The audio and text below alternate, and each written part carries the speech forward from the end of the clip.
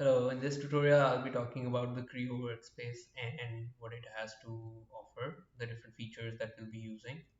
So I have Creo opened up already and I have a very basic model of a cylinder available here as well.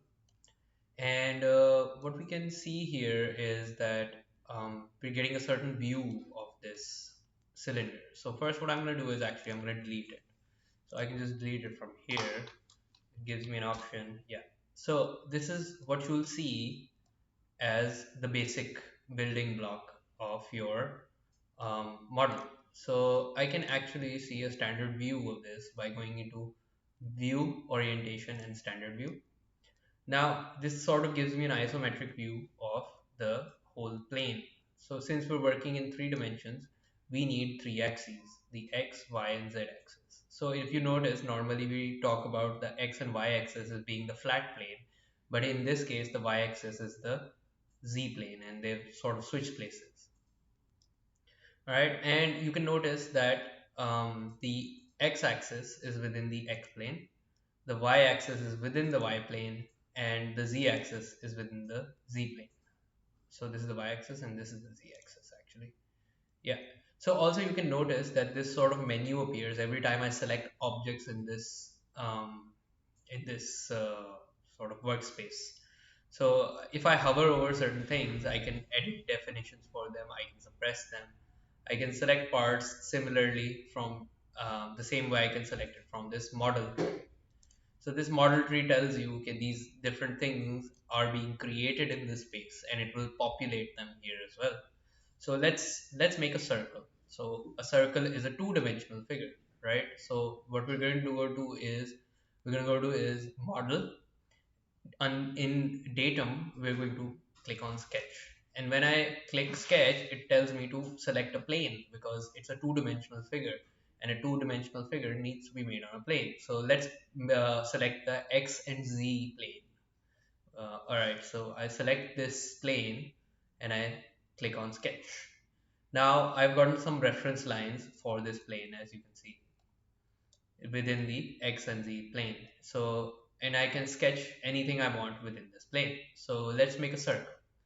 So there are many ways to make a circle. For the in our case, let's just use a center and point. So we need a point, as we have sort of a reference point here where the x-axis and the z-axis meet. So I can place my point here.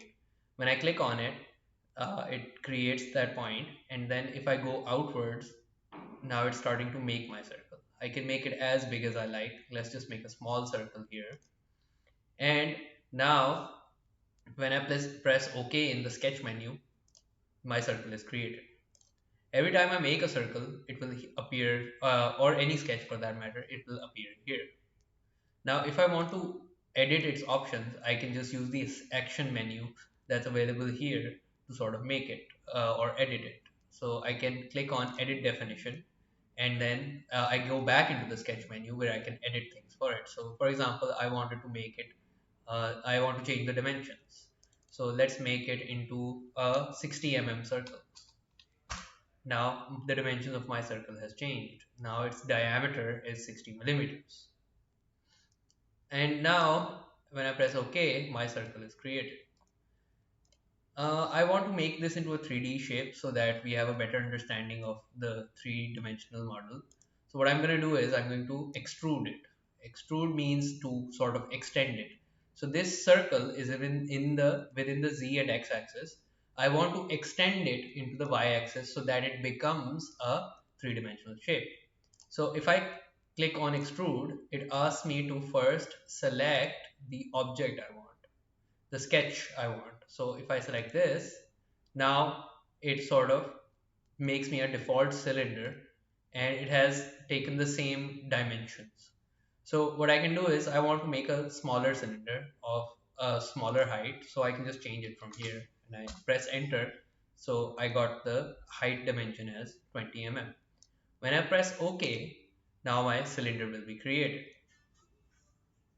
There you go. So most of my work in creating 3D objects will be done in this model tab, where I can make reference planes I can make split objects, I can perform Boolean operations. So, for example, if I have two sketches or bodies, I can perform operations on them such that they give me a resultant figure. Similarly, I can extend them via a certain parameter. I can revolve this around an axis to make a bigger shape. I can sweep it across a reference line, or I can helically or volumetrically, I can sweep it. We'll see what all of these things mean and how we go about these. I can make holes, I can make chamfers, I can make different kinds of aspects of my drawing that are required. Similarly, there are a bunch of tabs here that are not really useful for us when we are actually modeling our or making our CAD model. Rather, they are useful for when we want to perform some kind of analysis on them, depending on the material they're made up of or the kind of physical environment that we're expecting them to be in. We can annotate our drawings, we can annotate the front or the top or the back. It sort of gives us a grid where we want to annotate them, and we can select a different kind of plane, or we can flatten to screen essentially, and we can show these annotations. So the two tabs that are most important for us are the modeling and the view tab. In the view tab, we can sort of change our view of the object. So for example, I can't see right now the edges of this object very clearly. So if I go into model, display style, and I select shading with edges, or I could just do control 2, I will I can now see the edges which are now highlighted in black, as you can see here. So the edges of this figure are now highlighted in black.